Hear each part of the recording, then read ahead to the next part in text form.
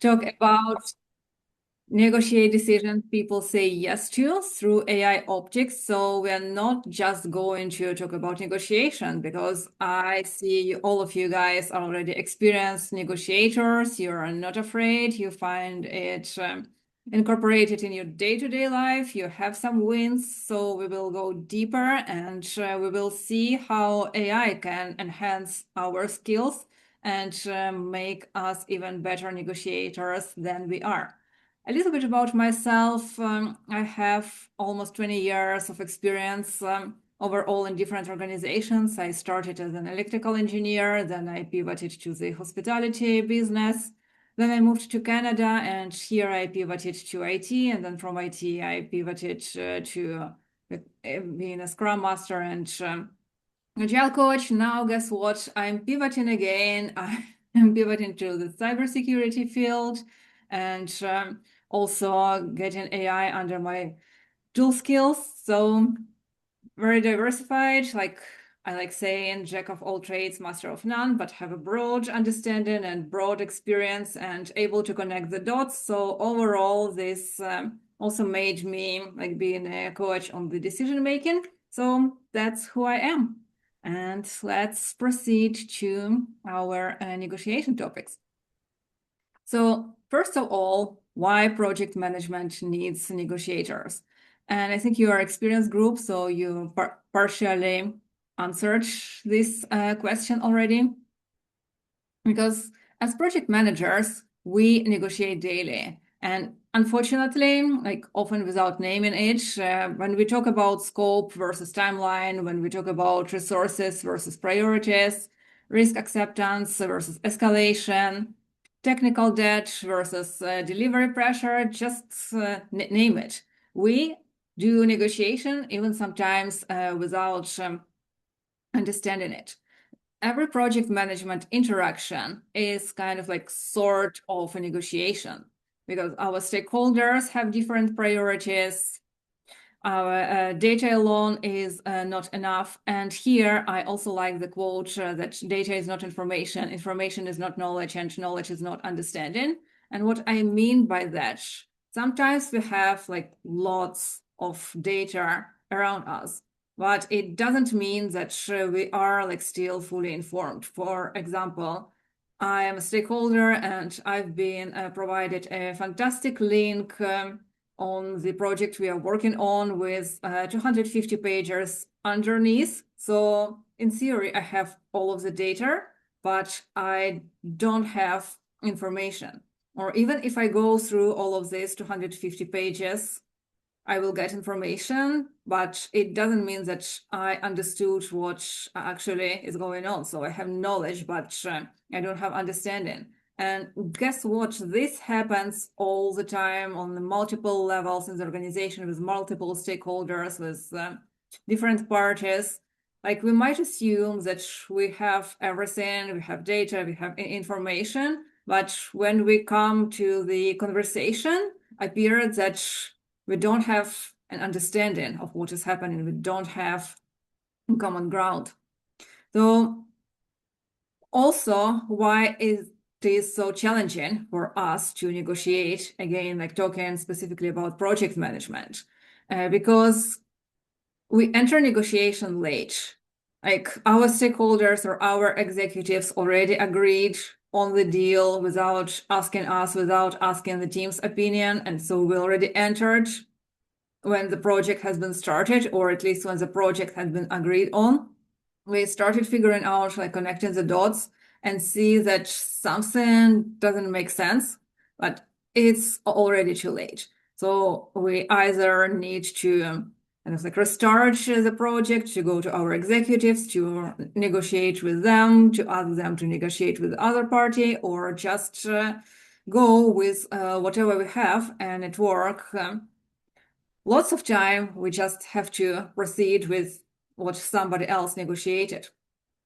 Or like we also treat some meetings like interpersonal events, like interpersonal communications, not the complex architectural decision systems. It also happens like we have a meeting to align, we spoke for an hour, we exchanged information, but we didn't make a decision at the end. So that is another challenge with negotiate the projects. And also sometimes we negotiate positions instead of constraints, and we are going to talk a little bit later about it. So now before I proceed with techniques, I would like to pause here and think why negotiation techniques fail in real projects. So again, the techniques are going to be later, but some psychological factors, like many people believe and like start negotiation that it's their job to convince the other party that their position is right. And it comes to the surprise when people discover that negotiation doesn't mean persuasion. And I think one of you told that as project managers, our goal is a win-win to make sure that everybody got what they want. But unfortunately, sometimes someone's ego gets a stronger voice, and people just want to persuade us in their opinion and just win all the time to make themselves better. So again, if we want to build long-term relationships, not just please our ego, negotiation that doesn't mean that we have to persuade another party. What the real question underneath is that we need to discover what pain are we solving or what risks we are facing, and also how much it's going to be worth to the system, and is it even like worth negotiating, because sometimes again we negotiate pennies and losing millions on another side. We need to take this into account. So that is kind of another reason why negotiation like fails from time to time in projects. As I already mentioned, or no, I haven't mentioned this quote. Another quote I like is that without data, you are another person with an opinion. Because people like have project management experience, they have business experience, they have intuition and personal conviction and bias sometimes that something makes sense, and also assume that it makes sense for other people as well. But when you start arguments without numbers, especially with business executives or like other stakeholders related to business, so for them, it's just your own opinion. You don't provide the numbers, you don't provide like the specific case, like for example, how does this affect our budget? And if you don't have a number for this, like your point already feels weak, even though you might even like save this project while it's still green. Or like if you don't have a clear case on the scope or a timeline or what else, like what constraints we are dealing with, what happens if nothing changes, because sometimes it gets to the disaster. Sometimes it's not really that big as we might assume. But what I mean is if the questions I've just listed, like the answers for them are missing, it means the discussion just stops being about the decision itself, and it turns into a defense of personal views or even egos. And I know that I sound like this is also like a common sense. You need to be prepared to like come to the meeting to the stakeholders. You need to have an opinion. You need to discover like the different cases, different situations, different like roadmaps. Again, by coaching different organizations. I even don't know how many times I saw project managers just come into the room with the stakeholders and saying that it's common sense just because they've been with this day to day and it's common to them. And it's kind of like hard to rewire your brain thinking that the other people are hearing about it the first time or seeing the first time. Or sometimes, even if you addressed this to your stakeholders a few times, so you're sure that they are aware of that. Stakeholders are busy, they work for multiple projects, and they might simply forget about what you've been discussed. So again, you know that it's been already discussed, but for your opponent, it's the first time they're hearing it. So you need to build your argument on data, not on your emotions. Another thing why negotiation might fail in real project is because the positioning and actual negotiation starts long before the conversation begins in the larger room. So it's kind of like align like one-on-one before you are align with the rest of the group. And that's what I've been doing since I became a project manager, and Tatiana is here, won't make me lie. I do like lots of pre-work, talking to people one-on-one, explaining the situation, asking for their opinion, because again, I might see it this way, but the technical person might see it from the different lens. So before bringing this subject and potential solution to the larger group, it's better to align with people, because people will appreciate being heard, that their opinion was asked, that they're important for this project, also bringing you like new perspective. And sometimes, again, before starting decision making or negotiation with a larger group of stakeholders, I change my opinion and my approach 3 or 4 times. Depends how many people I talk to like one-on-one before having this large conversation. And again, like I was surprised that many are skipping this step and just bringing people, like many people, to one room, all of the different stakeholders, and start discussing the project right away without preparing them and without doing this groundwork. Another thing might sound obvious, but especially for those who don't feel confident under pressure, or who would prefer to accommodate people and cannot face confrontation, they negotiate over email because they feel that it's easier for them like to list the priorities, to list the solution, and to express their thoughts and ideas. And also they have some time to like process their thoughts. It's not real life ping pong, especially if the conversation gets heated. And you definitely notice that English is not my first language. So in this case, some people also might use AI to polish their arguments. So they feel that an email is more efficient than real time, because again, it's easy to send a proposal, it's easy to outline your position and just wait for a reply, also thinking that the person might reply when they have free time and when they have clear mind. Unfortunately,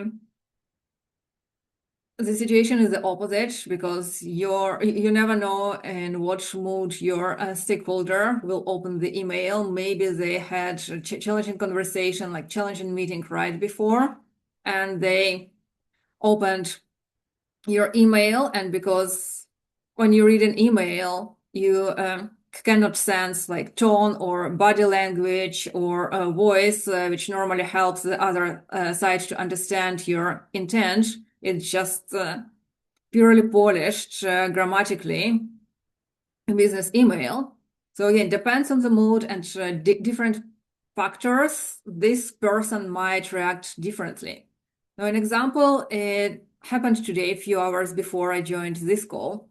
I had a conversation with my partner, and I wanted to propose an idea, like an innovative idea from my side. That's what I believe that is an innovative idea on how we can run the team like after QAP and the quarterly increment planning. So I was thinking to discuss it with my partner today and get the buy-in. But when I started the call, I sensed right away that the person is just not in a mood, and their like mental state is not in the right position to think about innovation. The person is so like stretched between multiple directions and just trying to survive this and next week. So no matter what I propose, the person's brain just can't proceed at this very moment. So I just decided to postpone this conversation till the end of the next week because it's not urgent. It can wait. So why would I stress out my partner right now when we just can wait for a few days and the response could be the opposite? But with an email, you send an email, and if the person is not in the right state of mind, but they see the email and they feel like they need to respond to you, the response might be negative again. If the person already stretched out and you're proposing something new, the person might feel attacked or that it's another workload is putting on their shoulders, or like any other feeling. And if they read it again, like next morning or like another week, they might be in a different mood, in a different state of mind. And again, their reaction might be different. But what I mean, you have no control when you pressed send button and just wait for your opponent to reply to you via email. No, I'm not against emails, don't take me wrong, but I use emails to list out decisions to make sure that we are still on the same page, or like to provide the intake information, but don't propose anything like new, or definitely not negotiate via email if I have the chance to do it one-on-one or like over the voice or any other interactive ways. Okay, I spent lots of time here on the slide. So just to summarize, most negotiations fail not because people disagree, but sometimes they disagree, obviously. They fail because decisions are not clearly defined, and when the decisions are proposed in a wrong moment. And also the persuasion cannot fix a decision that was never structured at the first place. So finally, let's move on to our techniques. And I'm trying to read what you wrote on the chat to make sure that I haven't missed any questions and any information, data, and prove your case, sell the project. Yes, I like this comment. Data makes the case, let it speak. It all depends on the nature of the proposal. Totally agree with. There is no right or wrong or like black and white. I like dual, both in message and in person response. So yes, as I said, I'm not against of like any ways. It's just you have to choose which one makes sense. Just when you speak in person, you have control. If you feel like the person is not reacting the way you want, you can pause. You can change the time of the meeting. You can push the meeting to another day. If you just wrote and sent, you don't have control after that. So what I prefer, I prefer to talk and then kind of like to make it official to send an email. But again, there is never right or wrong technique here, or right or wrong message or methods. So, okay, finally, the techniques. And the first one is understanding BATNA, meaning best alternative to negotiated agreement. And today, we are just learning about different techniques. Unfortunately, we don't have time to go through all of them in the details.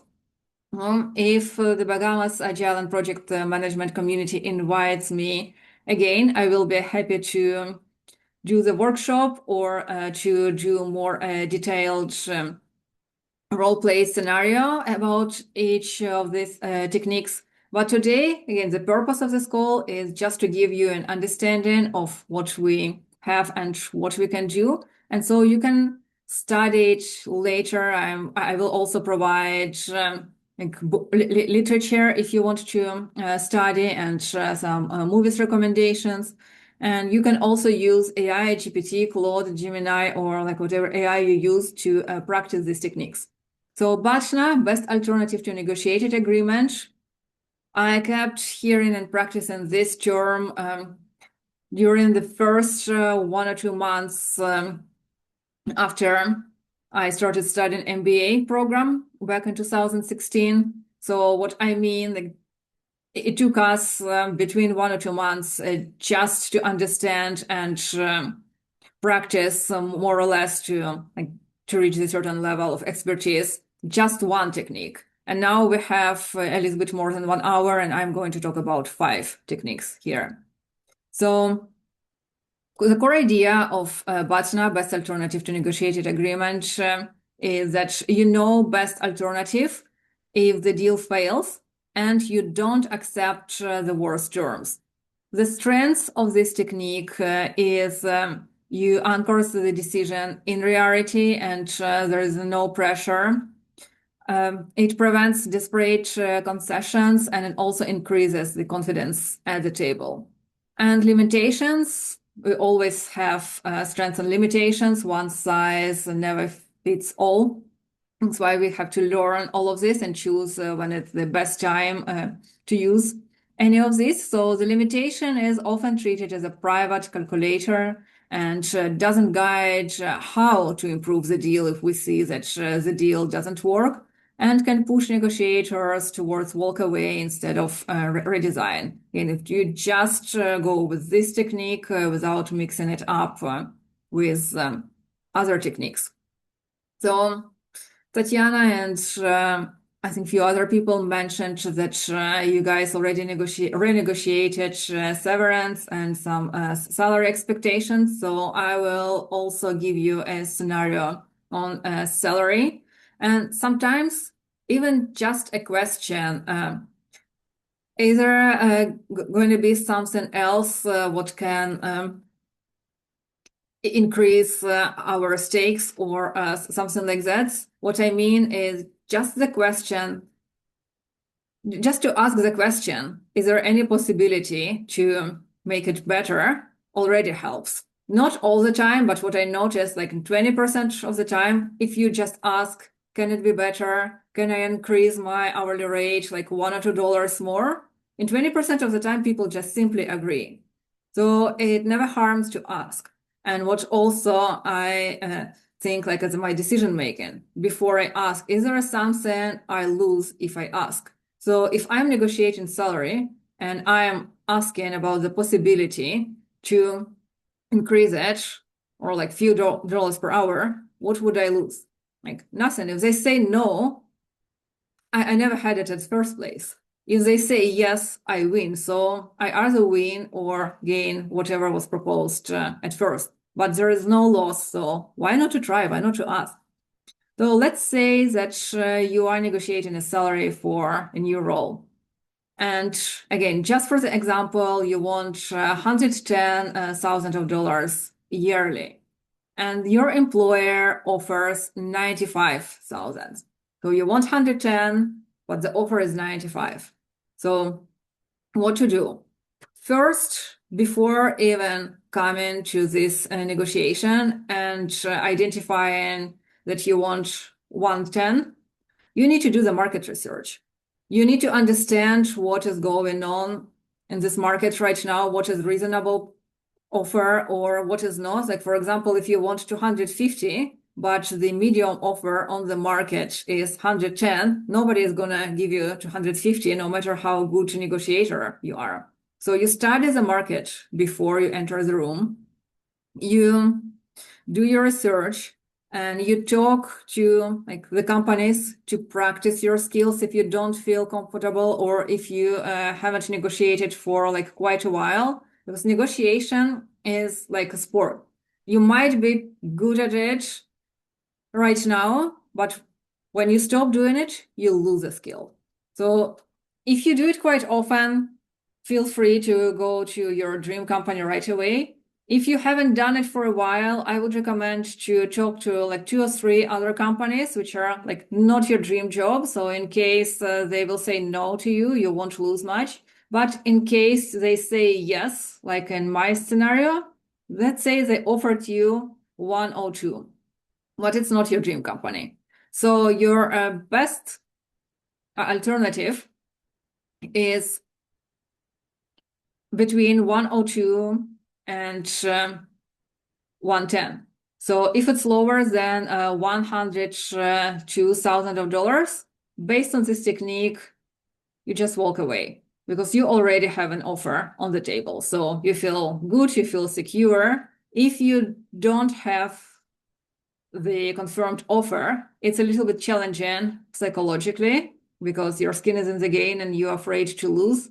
But again, depends how good you are at networking, how good you know the market, and how good you are in self-management. This is also the key for a negotiation, but it's a conversation for another topic. You also need to know how to keep yourself cool while you negotiate. So in our scenario, it's easy. We already have an offer. So it means you continue negotiating with this employer and see if they're gonna match at least 102. If they offer you 100, you still walk away. 101, you walk away. Again, this simple scenario. Real life, it's more complicated. I know you can negotiate benefits. It also depends how far, how close you are to this work.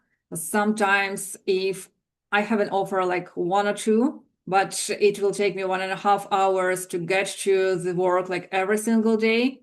And I don't have that many benefits as another company offers me, let's say for 98,000. It's still like more reasonable for me to choose a lower price.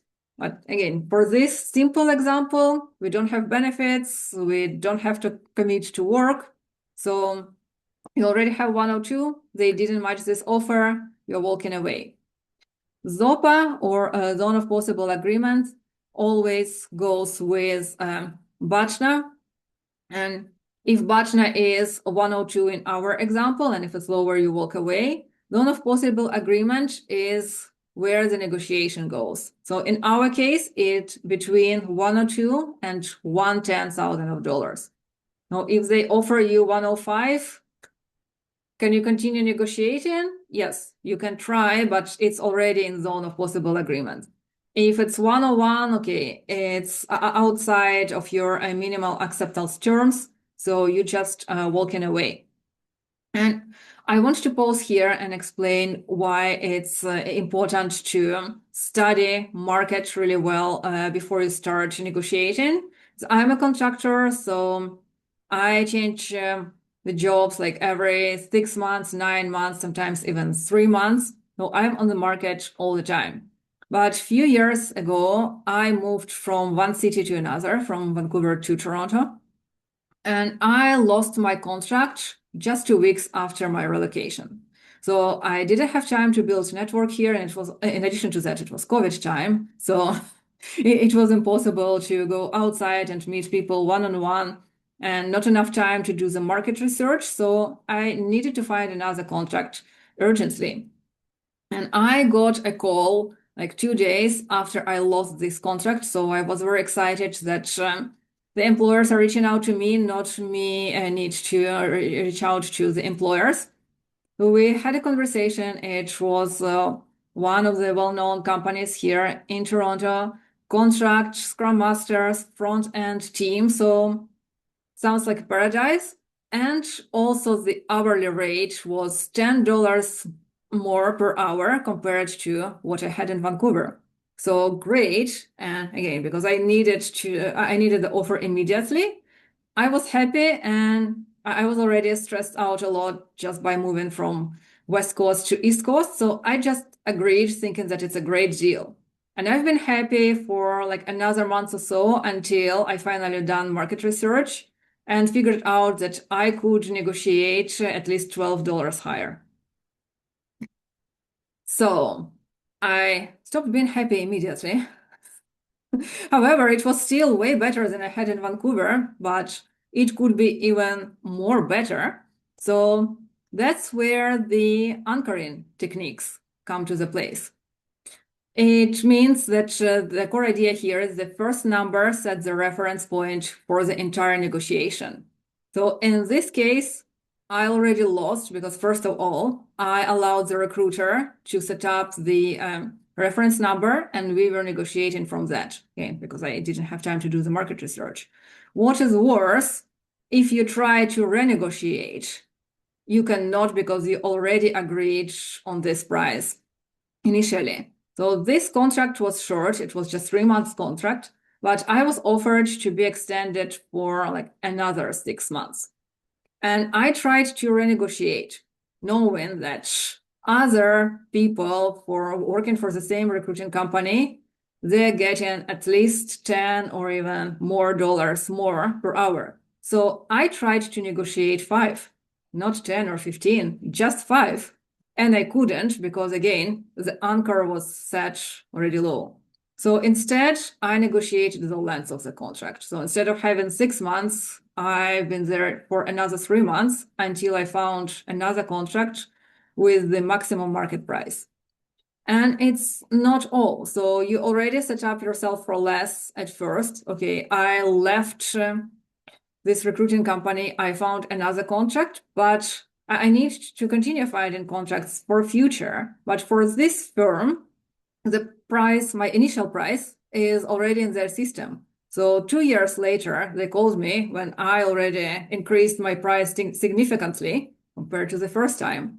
And they called me with a fantastic offer from me with an hourly rate $5 higher than it was 2 years ago. Okay, I'm already making $30 higher, but they still believe that their offer is the best for me. And it is going to be until I work here in Toronto. So it means my relationships with this recruiting company are gone. So whenever they called me, I know that it's going to be the lowest offer. So it was also no. So I learned from my mistake. And later, when I was establishing my network with other recruiting companies or other HRs or influential people, I was the one who was setting up the anchoring. And if you set up a maximum, the conversation is going to be about this price. Okay, the trick here is I'm not sure about your places, guys, because we are from different places. Here in Canada, the market was very low during the last few years. So the anchor dropped, let's again making this up from $100 to like $70 per hour. So if the recruiter contacts me and I go with the maximum number and they can offer like 70, maximum 75, so it means based on our ZOPA and BATNA, the negotiation is over here without even being started.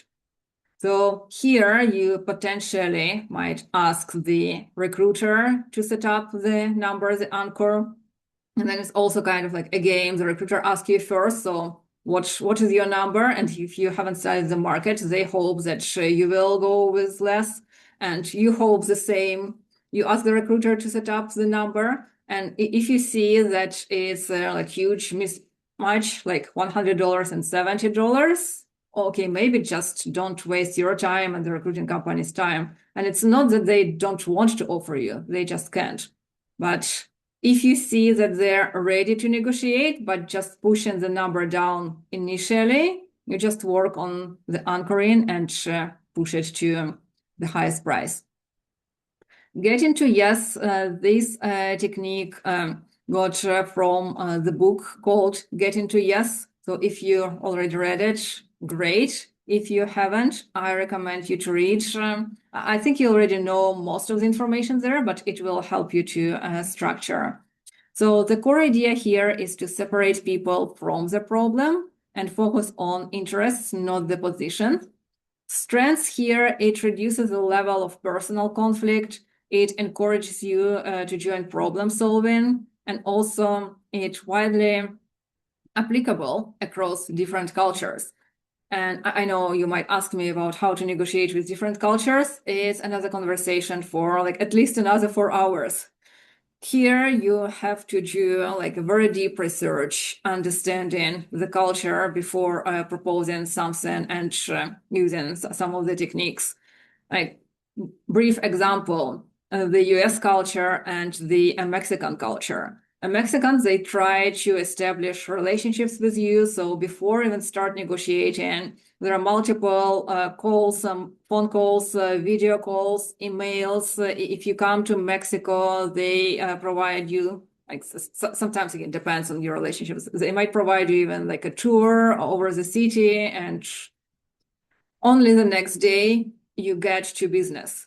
In the US, normally, if we're talking business, they don't care that much about personal relationships, like long-last relationships. These guys are just get to business. And it gets the frustration, like for the US guys, like when we finally gonna start discussing business. And for Mexican people on the other side, like why they're pushing for business before we establish relationships, because we want to work together for like another 10 or like 20 years. And we want to make sure that everybody is getting to win. So you see, none of them are like bad people or like egocentric people. It's just very challenging across cultures. So again, challenging topic.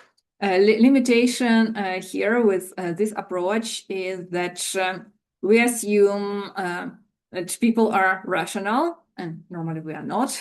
And I'm a great example of being a rational person. And we also assume the good faith, and unfortunately, sometimes we don't have it. It's also weak against political or manipulative counterparts. Again, working for a large enterprise where we have lots of politics and lots of things we might not say in front of the other. So, for example, like personally inside, I agree for this, but when I am in a conversation with a larger group of people, I cannot just agree in front of them. Again, here you need to be a good psychologist to read between the lines and to think about different strategies, but getting to yes when politics are involved might be a very challenging technique. So let's explore the scenario, and let's say you're a program lead negotiating with a critical vendor who just increased the price for during the mid contract. So let's say you were paying $80,000 and they just increased for $100,000, and they say that it's negotiable. So what are you gonna do as the negotiator? Actually, let's pause here while I'm giving you all the answers. Can somebody think and answer me? What are you gonna do in this scenario? You work with a vendor, you paid 80,000 and you were happy, and then out of the blue, the price is 100,000.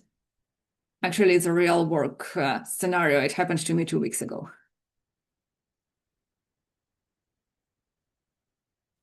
Anyone? You want to know what we would do about that? Yeah. Yes.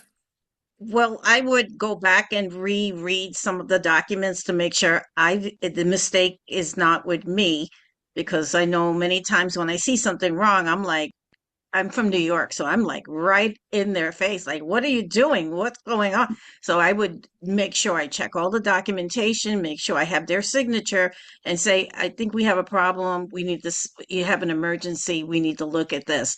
And Mhm. what I have found is sometimes people want to avoid you. They hope if they don't talk to you, you'll forget what you had asked them. So I would be right on top of it. Yeah. Thank you, Elaine. That's a great comment. Yeah.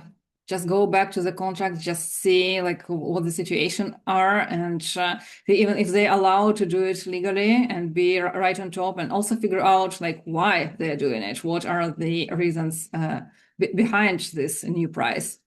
Anyone else?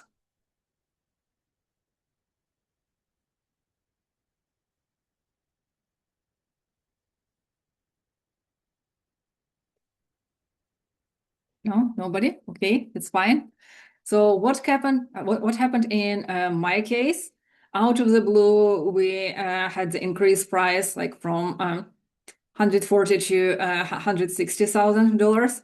And when this new price was brought to me, I asked for the reasons, and the person, the manager, he didn't need he didn't have the reasons. He just got an email like notification about this new price, and so he just brought it up to me. So I said, like, okay, first of all, I don't understand why this price was increased, and let's just ask for the reason. Maybe they have a good reason. Maybe something changed on their end.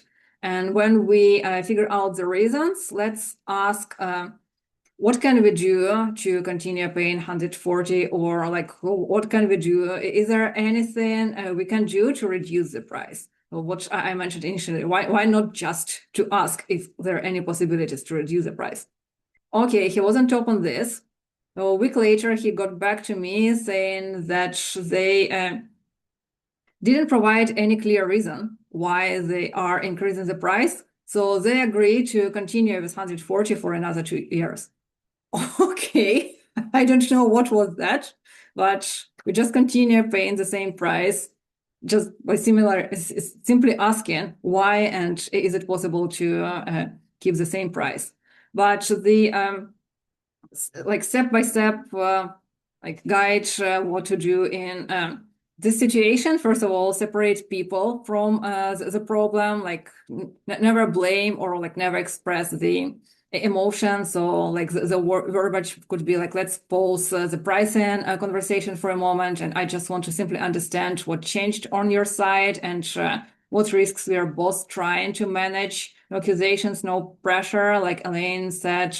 Go through the contract if they're even like allowed to do this. If appeared that they are, so we are focusing on interest here, not the position. So when we discover if they really have reasons why behind each side, we might also go to like the next technique, which is a win-win negotiation, and just invent the options for mutual gain if it's possible. So we explore their reasons, we are exploring our ideas and reasons. So we are using the objective criteria. We are thinking of what is reasonable to do in this case, and kind of trying to meet each other in the middle. I see you claim your did you use here? Okay. Data and salary starts are limited here in this jurisdiction. Limited data, then available data can last for 10 years. Wow. Question. Sometimes the answer of no is the initial challenge to see how far you are willing to go and get what you're requesting. Yes, totally. I agree with you. And also sometimes people are just trying to figure out how far they can push you to do what they want you to do. I actually read an interesting case, not about project management, but I want to share it with you guys. If you know the actress Gina Davis, and when she was younger, she was acting with Bill Murray. And in one of the interviews, she shared that he was actually pushing her, getting to yes, like everything like he wanted her to do like during the stage. And like once he even asked her if she ever like tried the massage machine, and she said no. And in front of the public, he offered her to try it out, and she said no, but he kept pushing her. So like eventually she agreed, and he used his new massage machine on her in front of the public. And that's when she realized that, oh, the purpose of that weird interaction was actually to see where my boundaries are and what else I can agree on. So again, unrelated to project management, but people's behavior are similar in different fields and professions. So sometimes also people just say no and push back to check your boundaries, which definitely happens. So the last one, yeah, Gina Davis starred in Beetlejuice. Yes, you are right. So win-win negotiation here, as you already mentioned, we are trying to make sure that we find out the alternative scenario which satisfies both parties. For example, if we negotiate the employee who wants to increase his or her salary, and we just simply cannot do it, we're not saying no right away. We're exploring the possibilities, like why, again, like getting to yes, why you are asking me to increase your salary. And for example, we can discover that, first of all, like I believe that I've been to the organization for like the last 5 years or so, and I improved my skills, and now I provide way more like value than 5 years ago. So I believe that my salary need to grow. So, okay, what person is actually looking for like recognition of the value and skills. So do they really want salary, or is there like any other way of recognition would be enough? Or if the person wants to proceed the PMP certificate, so can our organization just support this person with PMP certificate? Sometimes we can, sometimes we just cannot raise a salary, but we can pay for the certifications, or like any other things we might discover. Or like, can we just raise the title for this person and agree to have similar conversations 6 months later to see if we can increase their salary? Because right now our budget is tight, but it's 6 months later is going to be quarter 3, so I will renegotiate my budget with my portfolio management. So maybe I will have extra budget. So kind of like, how can I satisfy this person right now so the person wouldn't look for another organization to work with? And also satisfy myself as an organization without offering something I cannot do. So these were 5 techniques. They're all great, but again, all of them have their limitations. So the key to success in negotiation is to treat it as the decision architecture, and we already talked about it, so I won't repeat myself here. I will just proceed with the case study. It happened to one of my clients actually a while ago, so I started forgetting this case, and I also signed NDA, so I've changed the scenario a little bit. I've changed the numbers. So if you see that the calculation is not precise, I still kept the ratio, but I had to change the numbers in due to the NDA case. So what's been happening? I had a project manager as my client working for one of the global pharmaceutical companies, which were launching a new digital platform to support post-market drug safety and also reporting across European Union, US, APAC. So what I mean, like global pharmaceutical company. So the program involved Salesforce Health Cloud, Kubernetes, AWS, managed services. I don't know how many of you working in IT, so if you don't know these terms, that's okay. It's just to show you the scope. We won't go into the details. And again, the executive steering committee had already aligned on the direction. So the direction was to adopt a fully managed vendor solution proposed by system integrator, bundling Salesforce customization, plus managed Kubernetes, plus ongoing operations. Estimated contract value 6.8 million over 3 years, including licenses, implementation, managed services. Looks fine on the service. Like, and again, you joined when the contract was already signed and aligned. So you just start managing, hoping that everything was fine. And the maybe first 2 weeks were fine, but within the first months, my poor project manager started noticing red flags, such as vendor login, like the custom Kubernetes abstractions were incompatible with internal cloud standards. Well, if we want to exit as this case, the exit cost estimated 1.5 to 2 million if the vendor relationship failed.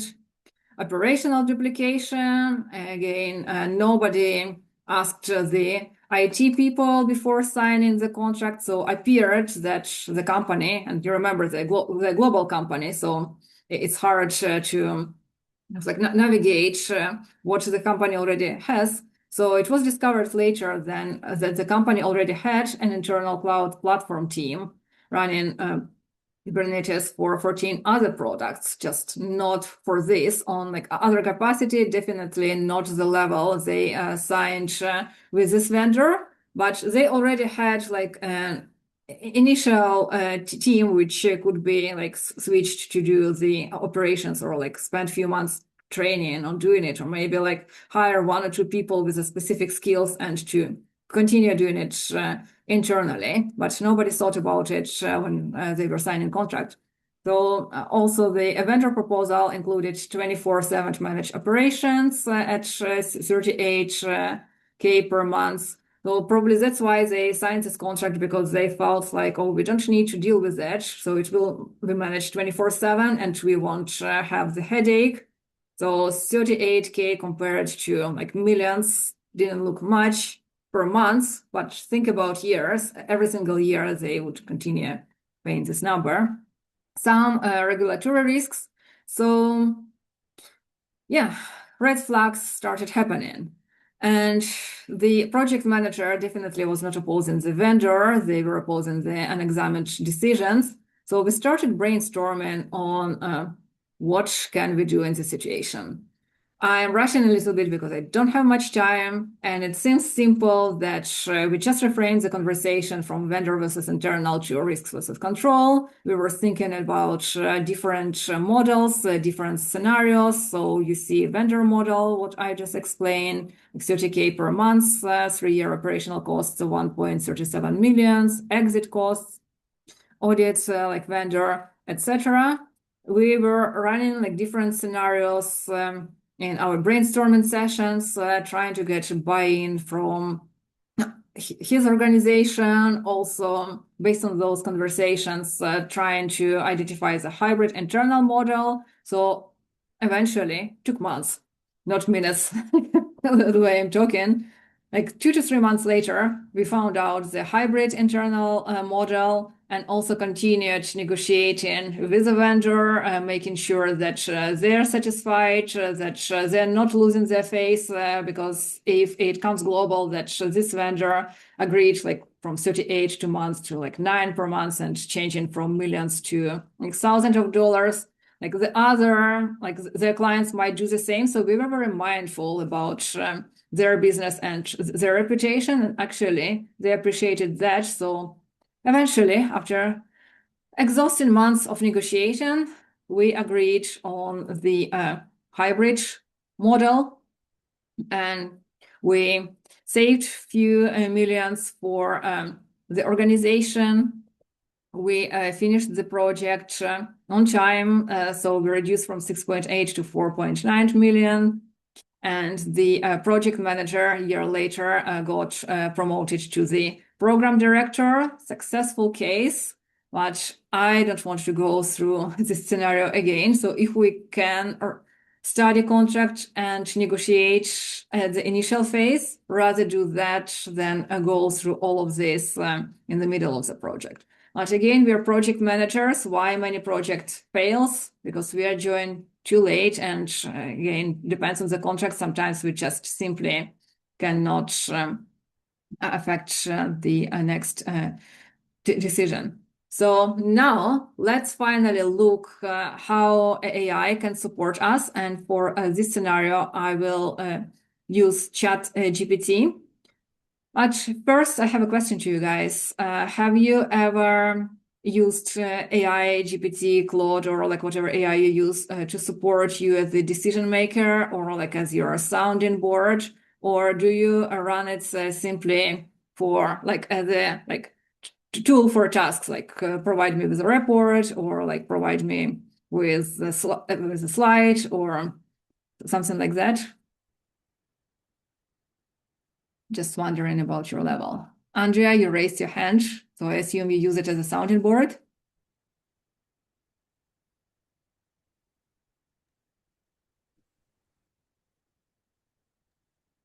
I actually use AI in a lot of different capacities based on what the task is and what it requires. So some as a sounding board, some as a editor, some as you know, different things, a lot of different things.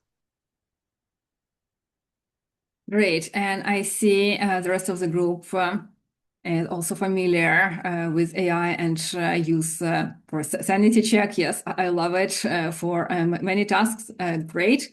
So today we will see how we can build a simple application inside GPT to use it specifically as a negotiation partner.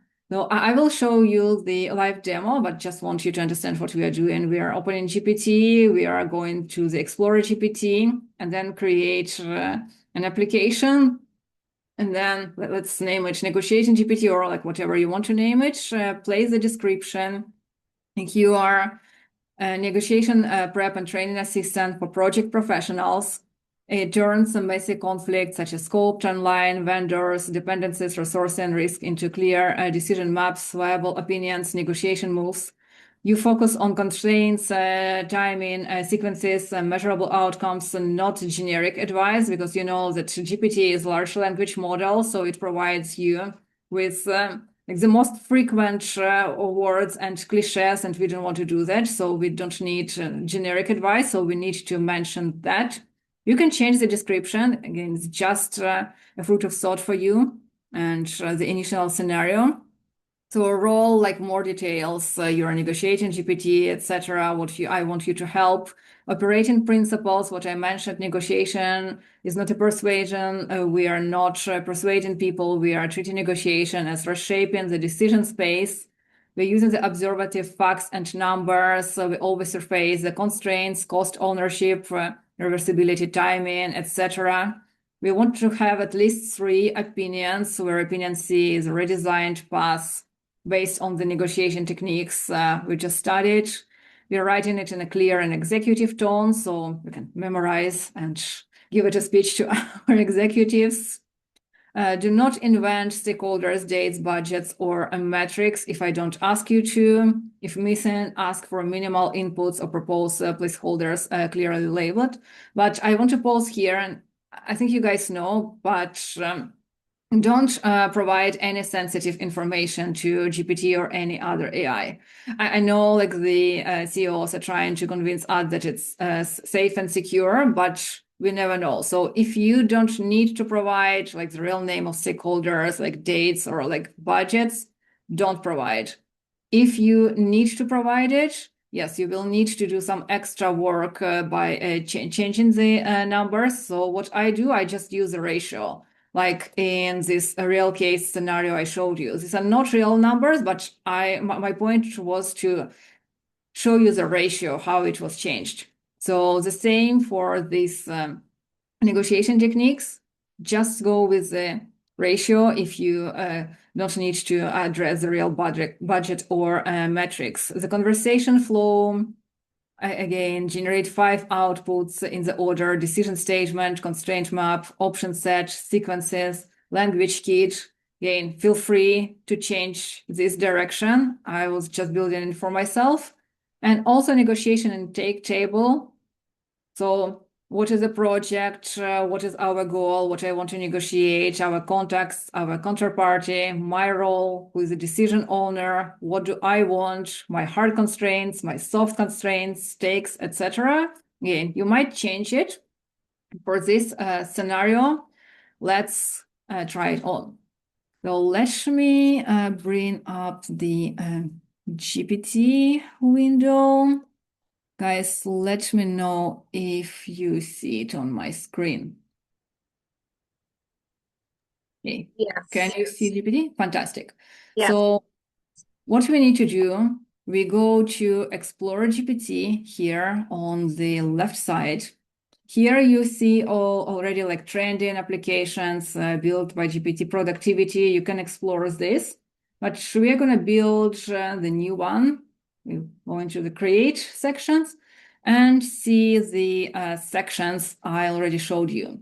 So we are going with name, description, instructions here, upload files. I showed you the table, like the intake table. So I just have it as a picture, because it's easier for me just to upload the picture than type it out and explain that I need this table. So I just uploaded the picture and it already has it.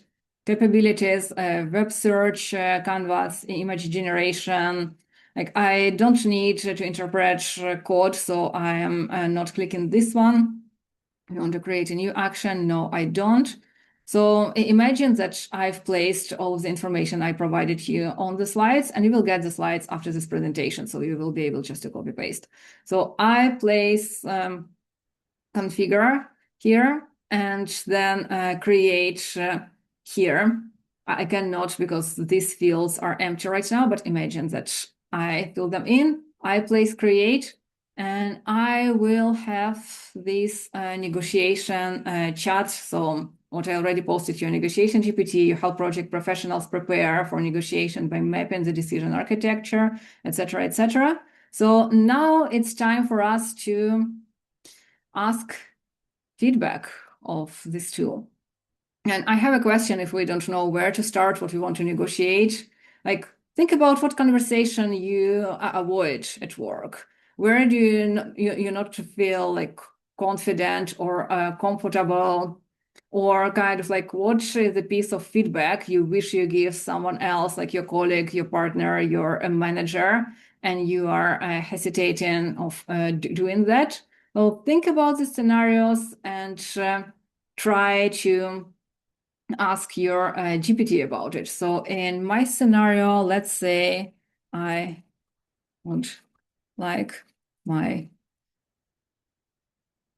product owner to stop micromanaging the team and learn how to delegate more. Okay, there's also a negotiation with my product owner to ask her to negotiate more. So let's see what we're going to have. Okay, to shape this into negotiation and not just a feedback conversation, I need a few input first. So it needs an area, like a desired outcome, current behavior, impact, authority map, stakes, constraints, prior attempts, non-negotiables, flexibility, timing, lots of data I might have not even thinking about. Like, what is your role relative to the PO who formally owns the delivery team process? Like, do we have this formally? So maybe I just need to set up a team agreement with my PO and this issue will be solved because we don't know who formally owns what. Well, it's already proved to thought. What happens if nothing changes in the next 3 to 6 months? Any politically sensitive? Have you already raised this issue? What happened?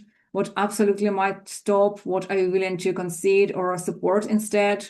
What specifically should change, like fewer status interruptions, decision ownership, push to leads, fewer direct task assignment to developers? What is the PO doing that feels like micromanagement? Because maybe it's just me feeling that they are micromanaging the team. Maybe they're just making sure that everything is on track and this is their way of work. Maybe the problem is in me, not in them. Who knows? So what I mean, it's already like I wouldn't answer all of these questions, but some of them are already good fruits to think about. So if we continue answering, I don't have time in this moment, but if we continue, so it will generate a decision statement, constraint map, option set, sequence and plan, and language kit. And you're going to be more or less prepared to go to negotiate with your product owner. And okay, I normally don't use this for work cases, but I used it for a conversation with my family doctors. Again, my English is not the first language, and when I feel sick, sometimes I forget words and I can't even describe what is happening to me or like where I feel pain. Or when they ask to describe pain, I also get lost because it's just pain. I'm in pain, like my entire body is in pain, but it's not enough for my doctor. And also, I understand they're busy. They have multiple patients during the day, so they are like sometimes like ChatGPT trying to generate the most suitable scenario, which doesn't feel right for me. So I started using this to navigate me to have a better conversation with my family doctor. And I had one issue which wasn't like critical, but still I suffered from time to time, and it's been going for the last 15 years. So I solved it during the last 2 months just by learning how to express my symptoms better and how to navigate the conversation in unfamiliar field. And we're already at 7:15, so I will pause here. Thank you very much for listening to this presentation, and let's open the floor for Q&A. Back to you, Andrea. Alexa, am I saying? Yes, Alexa, today. thank you so much. Thank you so much for that excellent presentation. I know you felt a bit rushed because there was so much content, but it's valuable content.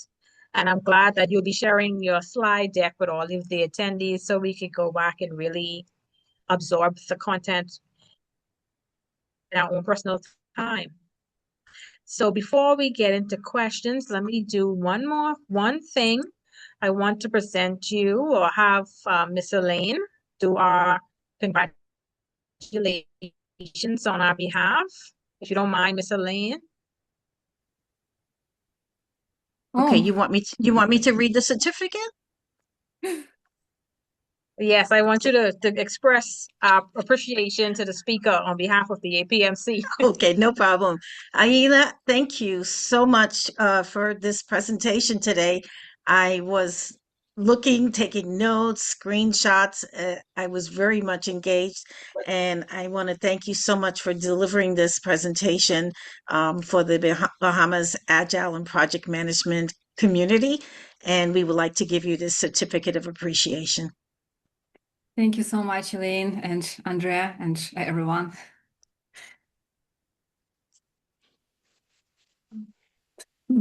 Yeah, so before we get into questions, I'd have one final request of everyone. We do take a quick snapshot, a photo, a screenshot just to share on our social media. If you don't want to be on camera, that's fine. But if you want to be on camera, you have 1, 2, 3, 4, 5 seconds to turn on your camera. And I'll take a quick snapshot and then I have the we'll get souvenirs into from my last trip to the Bahamas, so I'm gonna hold it. oh that is great.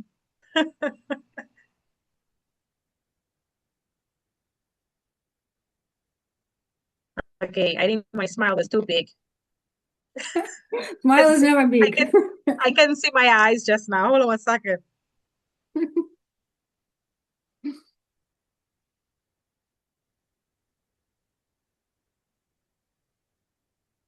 All right, thank you so much. I think I got it. And now we're going to have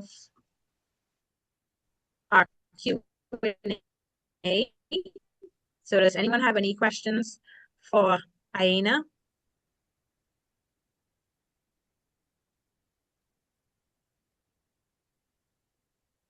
And if Yeah, no one let's has a talk about question, real life scenarios. So this is Elaine. So here in the US, sometimes Mhm. in corporate spaces, you ask for a raise, but they already know the 20% that they're going to give the raise to. And Mhm. so, I mean, your scenario makes it look like, well, yeah, we're going to work with you and we're going to see how we can do this in another couple of months. But they normally say, hey, the money is spent maybe next year. And I've worked in corporate environments where people went 14 years with no raises. And so I think that sometimes we have to see the writing on the wall. Mhm. We have to see the writing. It's like, wait a minute, they tell me wait till next year, and my kids need braces this year. My house needs repairs this year, So I think that there needs to be an attention to not only negotiating, but then knowing when to quit, knowing when Yes. to say game over. Um, this is not a game. This is my life. And I think when you're negotiating, I think that's where it gets personal because then you get angry. You get angry that somebody is interrupting your flow, your career, your money. So I just wanted to mention that. I don't know if you had any. I put something in the chat, something about HR armor. There's a woman that talks Mhm. about how to, like when the HR says this is what they really mean, and this is the steps that you need. And I Yeah. think for me, I need something like that. Yeah, thank you for bringing it up, Elaine. Yes, and my example was like win-win case, how it is done if you want to win-win. Real life, unfortunately, I saw more cases, what you described, than when people try to keep you and satisfy you. So, yes, if they don't say no directly, if they say, let's have this conversation in another 6 months, try to make it legal. Try to Make them to write it down. So then you have leverage in another 6 months. Also try to push, okay, like they are not raising your salary. What else can you gain from them? Do you want a PMP certificate? Push them to pay for your certificate. They're not paying, you want your title change? Okay, keep the same salary, change the title. You want them to pay for, I don't know, your parking insurance? Try to negotiate that. No, no, no, no, no. Okay, here we are switching from win-win to BATNA. Not best alternative scenario. Yes, sometimes you just have to quit. Or like if you have kids to support, don't quit right away. Don't follow your emotions. Stay, look for a job for the next few months. You have a better offer, take a better offer. We are here to do business, and sometimes it's not they don't want to raise you, they don't value you. Sometimes they simply can't. Sometimes they are like mistakenly not seeing value in you. If somebody else offers you a better price, yes, business. Mhm. Yeah, I just wanted to mention that sometimes, like when I worked in a corporation, they would say, if you ask for, somebody in the chat said they ask for a severance package. So if you ask for the severance package, they don't give it to you. So then you would say, oh my God, I hope they don't fire me. I hope, and then they turn around and fire you. So you have to play this mind game of saying what you don't want and hope that they'll do the opposite, playing mind games. And it gets so tiring. It is. So it's already kind of like a political game. And also, like before starting the game, again, think what you can gain, what you can lose. If you're like say something and you're at risk of being fired, so maybe just play safe. It depends on your situation, depends how much savings you have. If you have somebody dependent on you, so it's different from case to case. It happened to me many years ago when I asked for a raise and I was humiliated instead, being said that you are not even worth what we are paying you for. So we are kind of like doing charity for you because we are feeling for you. You're like the only one female in the male-dominated engineering world. So just swallow this. And I swallowed because I didn't have any savings. I was young. I was like 24 or 25 years old. I just got married. My husband didn't work. So he also like lost his job. So like at least one of us needed to work. I swallowed. I was young. At first, I believed that they're right and I won't be able to find a new job. But like few months of after mental recovery, I started looking for like another options. And 1.5 years later, I found a company who paid for me like double price to what they offered.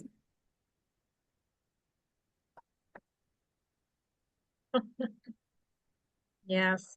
I just want to piggyback on something that Elaine said earlier about having personal needs and asking for a raise based on your personal needs. And I love how, Aina, you said to use the data and not use your personal needs, because I've sat in meetings where staff members would come in and say, well, I need a raise because I need to get a new car or I need to do something for my kids.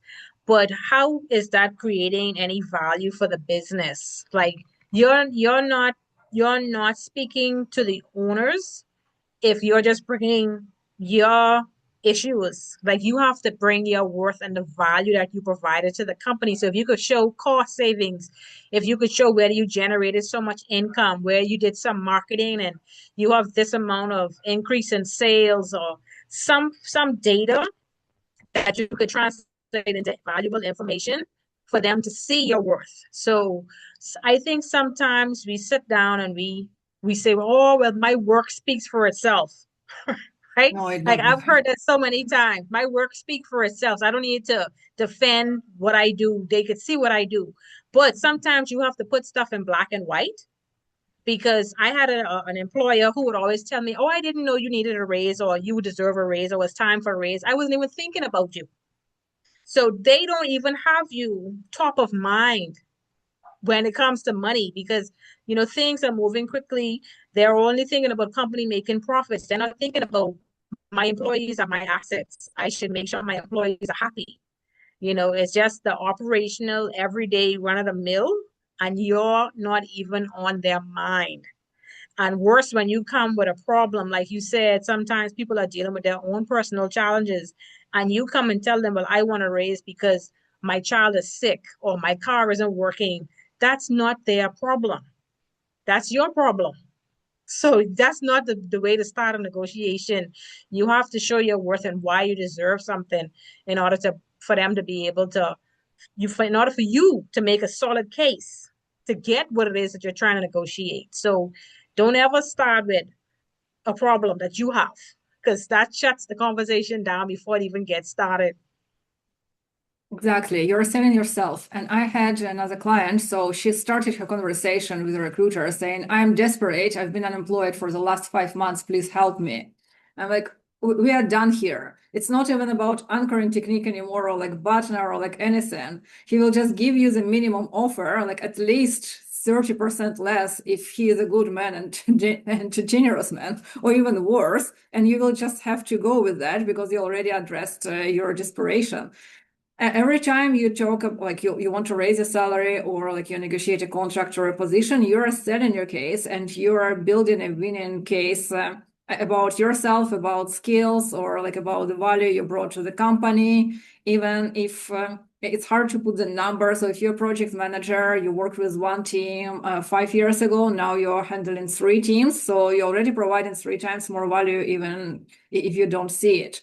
Or like you worked with vendor before and now you're working with vendor, but you improve their relationship and you know that this vendor will stay with this company just because of the relationships you built with them.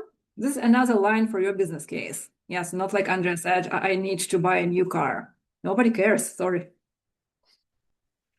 There's also concept of leverage. What's your leverage when you're negotiating something?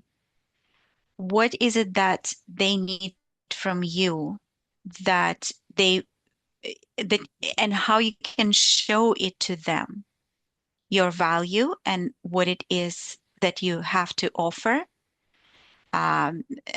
Yeah, so just identifying your leverage in a situation and what will happen if you just walk away, right? So Like, or what they lose if you walk away? What is their loss? exactly. Yeah. Build the case, yes, what you bring like as a value, but also what they lose. Like, for example, you have the organizational knowledge, especially if it's like a large enterprise and it takes years to build like the architectural knowledge or like whatsoever. And if they need to hire a new person, so first of all, the market rate is different, so they might pay a higher rate for a new person, and it will take time for this person to learn the organization. And they also hire in a black horse. The person might look great on the resume, but then you start working with them, and the person is not that great, so they will need to go through the rehiring process. So it's already a loss on their side. They will never address it to you, but they know this, and you know this. So you are building your case like on this common knowledge. What else can they lose if you just quit?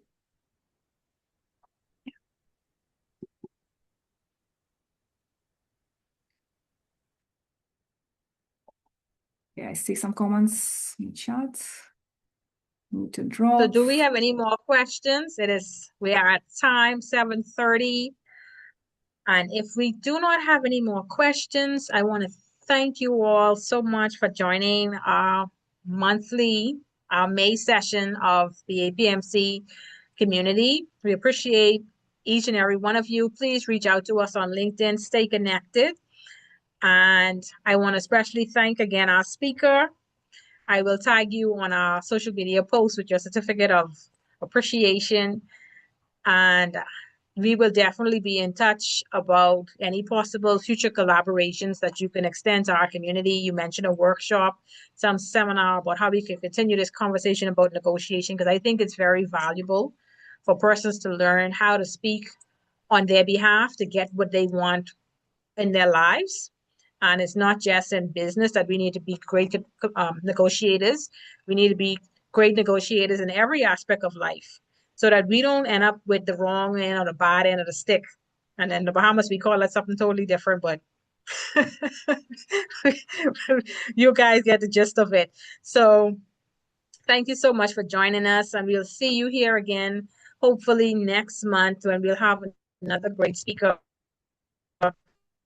to keep sharing knowledge with you from around the world. So thank you all so much and have a great rest of your evening.